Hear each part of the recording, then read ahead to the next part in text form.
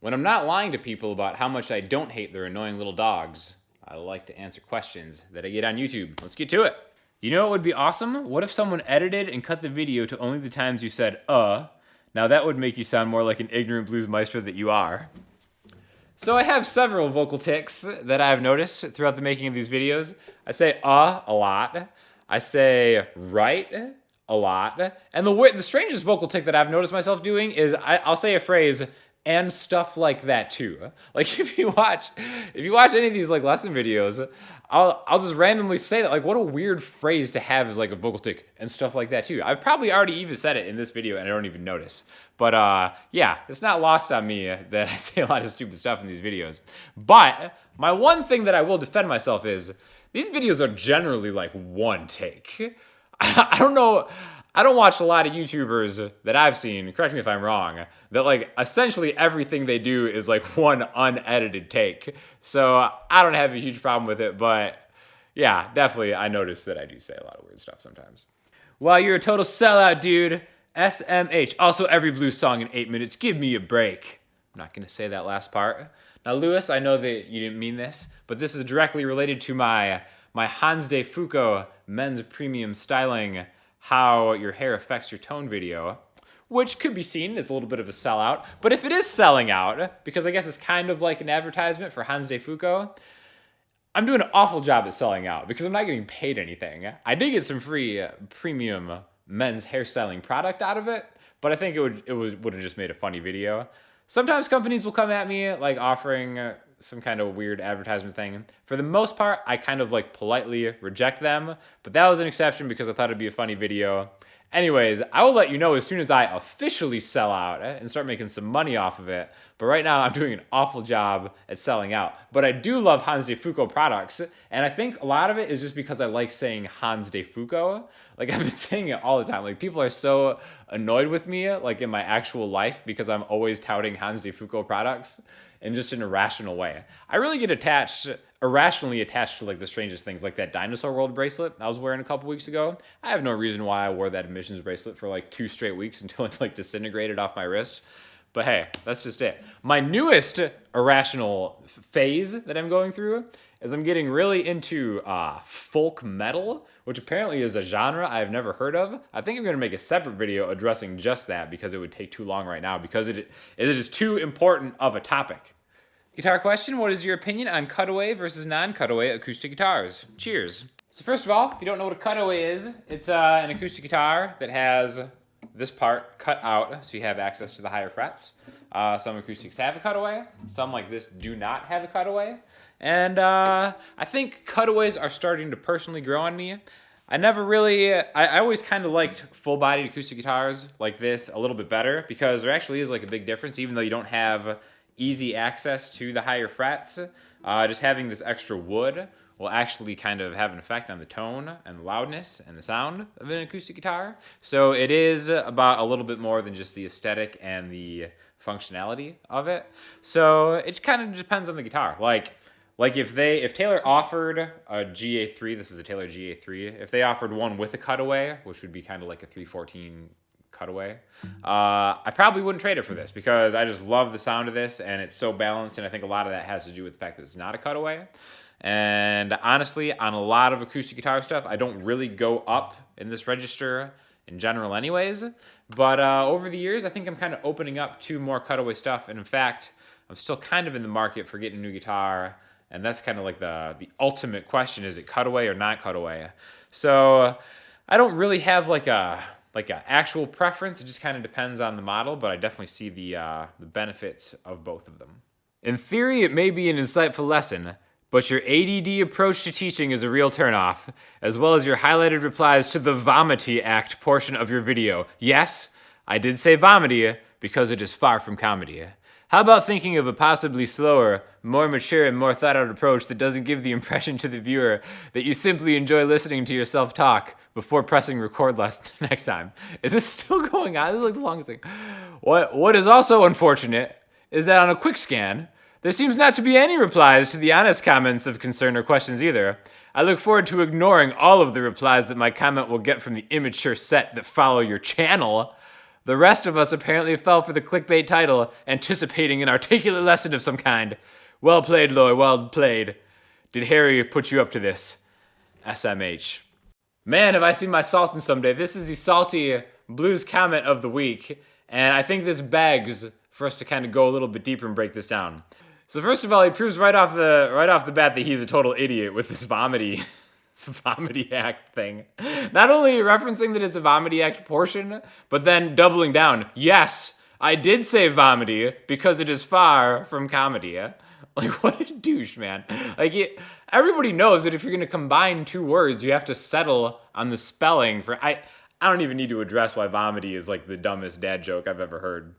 So number one, we have an idiot. Number two, this is the self-righteous part. What is also unfortunate is that on a quick scan, there seems not to be any replies to the comments of concern. Who's concerned about this? All right. So after that, we have the self-important portion of the comment. I look forward to ignoring all of the replies that my comment will get from the immature set that follow you and your channel. First of all, you can come at me, that's fine. But when you come after my subs, that is personal.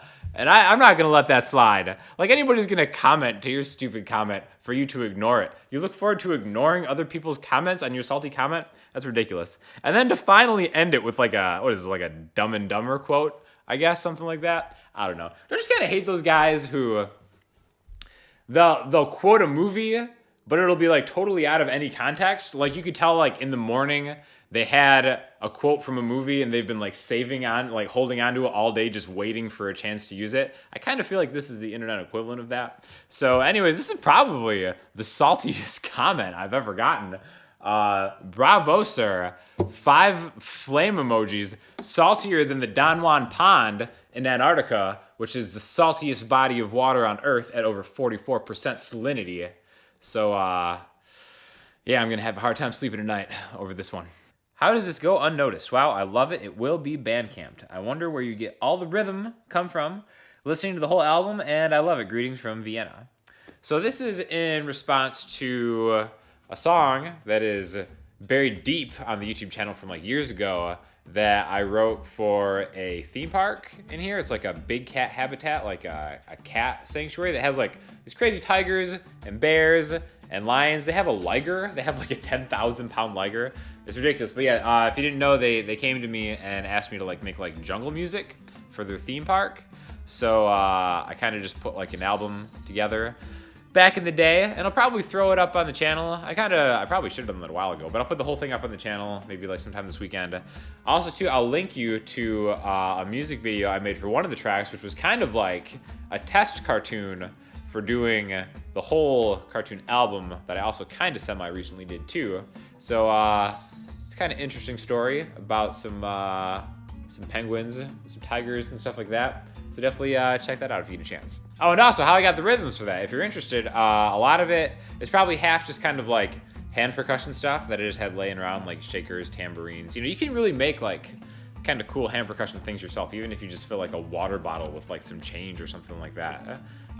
In like a recording atmosphere, it works really well. So a lot of it is just regular hand percussion stuff, and then the other half is a Native Instruments piece of software that comes with Complete, that is like the Instruments of West Africa, which is a fantastic plugin, and it's like super well sampled. And I think a big part of the sound of that album, if you do end up listening to it, is that Native Instruments West Africa patch. So if you're interested in any of that kind of stuff, definitely hit me up or just check out Native Instruments stuff, because I'm a big fan of Native Instruments plugins in general.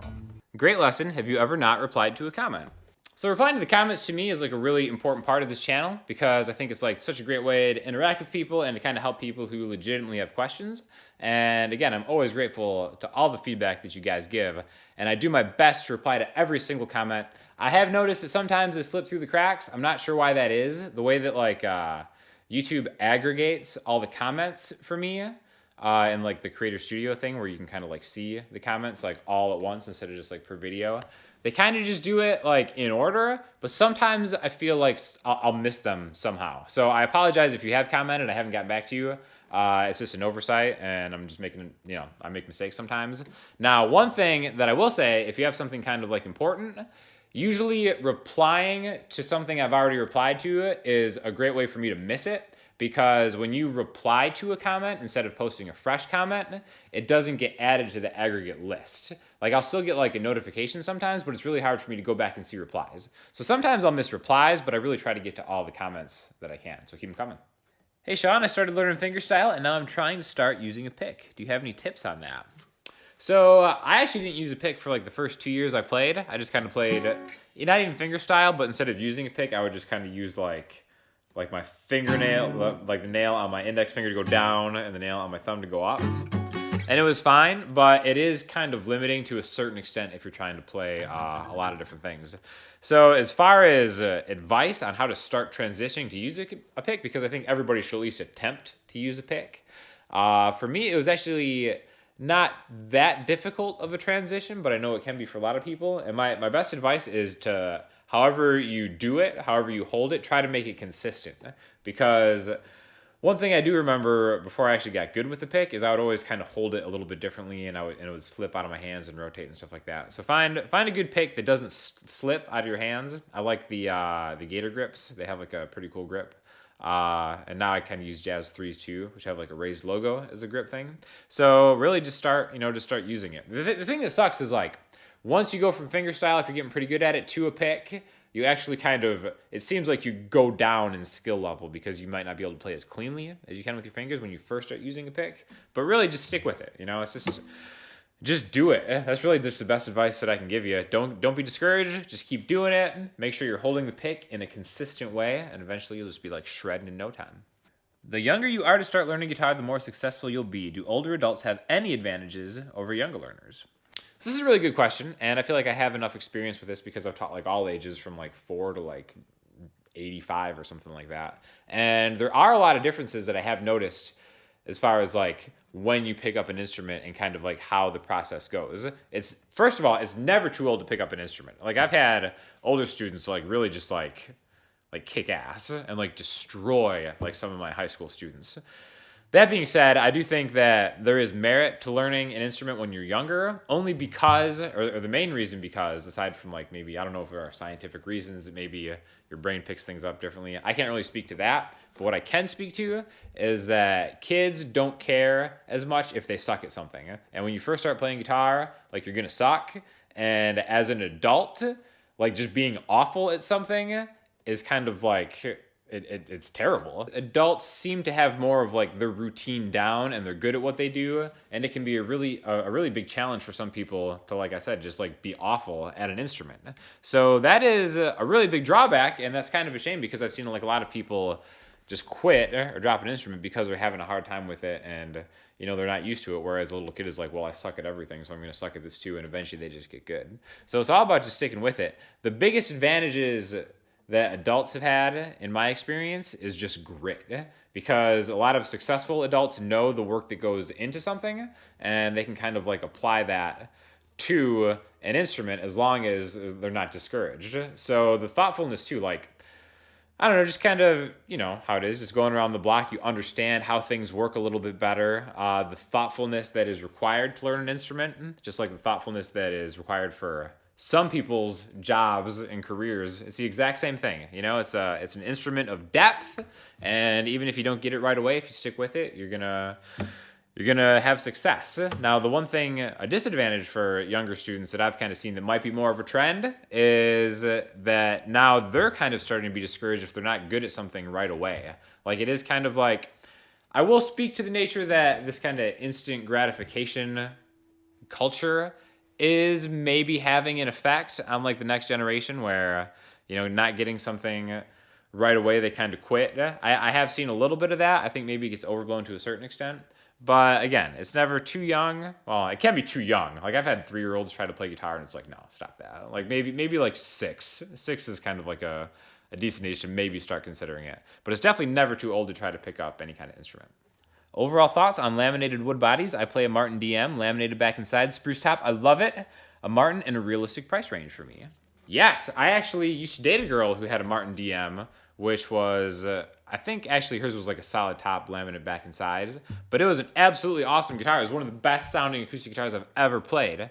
And if you don't know what that means, like this is a pretty good quality guitar. This is a Taylor GA3. It's got a solid top and solid back and sides. Now, what that means is like all one piece of wood. A laminate top on a guitar means it's made from like a bunch of like this like wood laminated together. There's like layers, which generally is a lot cheaper to produce. So those guitars will be less expensive. The drawback is that, you know, it may not resonate and vibrate all as one, so it doesn't sound as good as what people will tell you. But honestly, I think that is, you know, only true to a certain extent. I mean, the higher priced guitars will most likely be solid top guitars, whereas the cheaper ones are most likely laminate top guitars. But that doesn't mean it's not like an awesome sounding guitar if it's laminate. There's so much that goes into it. And I've played some really cheap acoustic guitars that sound fantastic. And I've played some really expensive acoustic guitars that, you know, don't really grade out with laminate top guitars. So I think it's just one of those things where the quality control can be all over the board. That is why I kind of do like Taylor and Breedlove guitars, because I think their QC is pretty good, like across all their models. Now Martin is kind of a different story. I'm a Martin fan for sure, but some of the Martins are like the best guitars in the world, and other Martins are like, why is this so expensive? I don't really hear it. So again, you know, to a certain extent, you get what you pay for, but really the price of a guitar isn't the most important thing. It's just how it plays. So you really just got to get your hands on one and just go through a couple of them. And if you like it, if you like the sound of it, then it's a good guitar. So for listening homework, I've realized that I've never really shouted out any really good R&B music. So I'm going to throw you to my man D'Angelo, who I think is a fantastic artist that probably doesn't get enough credit outside of his genre that he should. So definitely check out this song. Let me know what you think. And as always, hit me up in the comments, Twitter, Instagram, the website, or whatever, and I will get back to you as soon as I can. Thanks a lot.